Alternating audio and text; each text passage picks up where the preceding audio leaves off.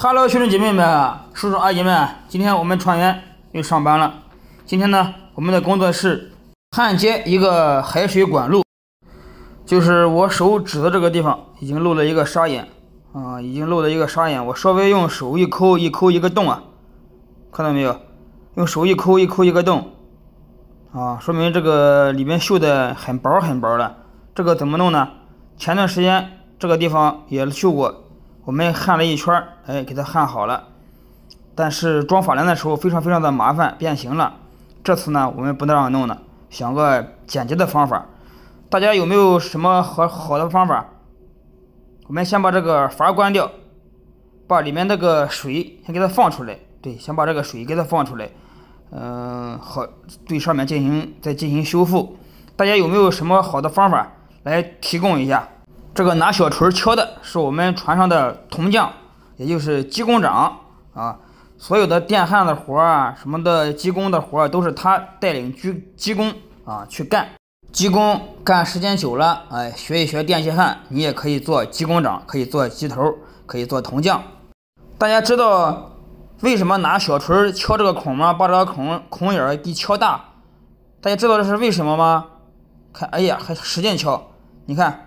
大家知道为什么这样敲啊？其实这样敲的目的就是为了看一看里面锈的真实情况。现在我们铜匠开始堆焊，把这个孔来给它慢慢的给它堆满，给它堆起来，然后给它磨平。咱们陆地上有没有人会电气焊？会电气焊也可以到船上来做铜匠考一个机工证来做机工长都可以的。堆焊的同时呢，要进行冷却。为什么冷却呢？因为这个法兰边上它有一个垫片，不冷却的话，这边这个垫片就会烧融了，就会融化，不能用了，就会漏水。所以说呢，我们减小工作量，把这个孔堆焊好的同时给它进行冷却，然后不至于把垫片给烧坏。我们就是焊一点冷却一下，焊一点冷却一下，直到这个小孔被堆满，被焊好。现在看一下这个小孔还有一点点，基本上全给焊好了，我们再进行冷却。上次这个地方漏，我们把这个法兰整个这个管路拆下来装的时候太费劲了，搞了一天。现在我们学聪明了，想了一个好办法，进行堆焊。但是呢，就是怕这个垫片给损坏如果垫片损坏了就完蛋了。我们机工长焊完了，看焊的怎么样，我们把这个地方给清洁完了之后呢，我们要做一层防护，还是不错的这个地方呢不敢长时间焊，长时间焊呢就怕把这个旁边这个法兰垫片给损坏。还是不错的。这个时候呢，我们把它给清洁干净我们做一层防护。这个防护呢就是铁水泥，我们糊一层铁水泥给它加强一下。如果没有铁水泥呢，也可以用这个环氧树脂环氧树脂给它糊上，也是不错的。来，我们看一下我们的铁水泥。这个铁水泥呢和这个 AB 胶是一样的，两种，看到没有？一种多，一种少。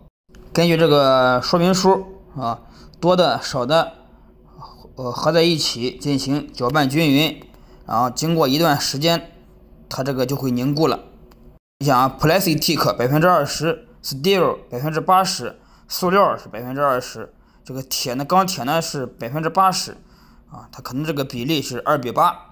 来，我们先把这个黑颜色的给它取出来，取一部分。大家知道这个黑颜色的这个材料是什么材料吗？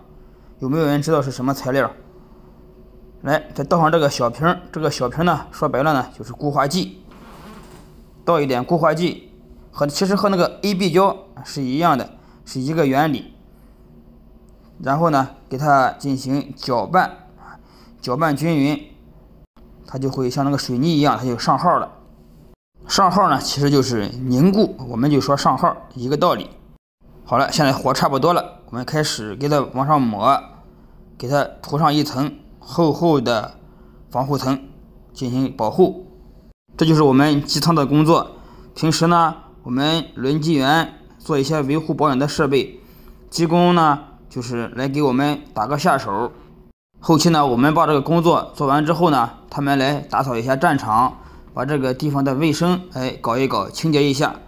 平时呢，技工就是做这些工作，而这个技工长呢，他起到一个非常重要的角色，他要带领技工去干活。任何一个技工时间久了，经验丰富了，都可以做到技工长这个职务哦。好了，涂抹差不多了，明天等着凝固之后喷上油漆，就非常的完美了。兄弟姐妹们，视频都看到这里了，点个赞呗。好了，兄弟姐妹们，我们下班喽！今天的工作到此结束。看到没有？他们打扫战场，把东西、把垃圾该收走的收走，该带走的都带走。来，我们等电梯。我们船上从最下到最上面，大概40米高，大约13层楼那么高。我们平时干活呢都是坐电梯，看到没有？去第4层。开始出发。我们船上的工作环境还是可以的啊，船上电梯都配备了。现在第7层，我们要去第4层。好了，现在已经到达第4层，来开门，我们出去，我们下班喽，去吃饭喽。地球上的老铁们，有想学海员的也可以咨询我，也可以问我，我会给你们留言，给你们答复的哦。好了，兄弟姐妹们，如果您的手机还有1格电，麻烦您点个赞呗，拜拜。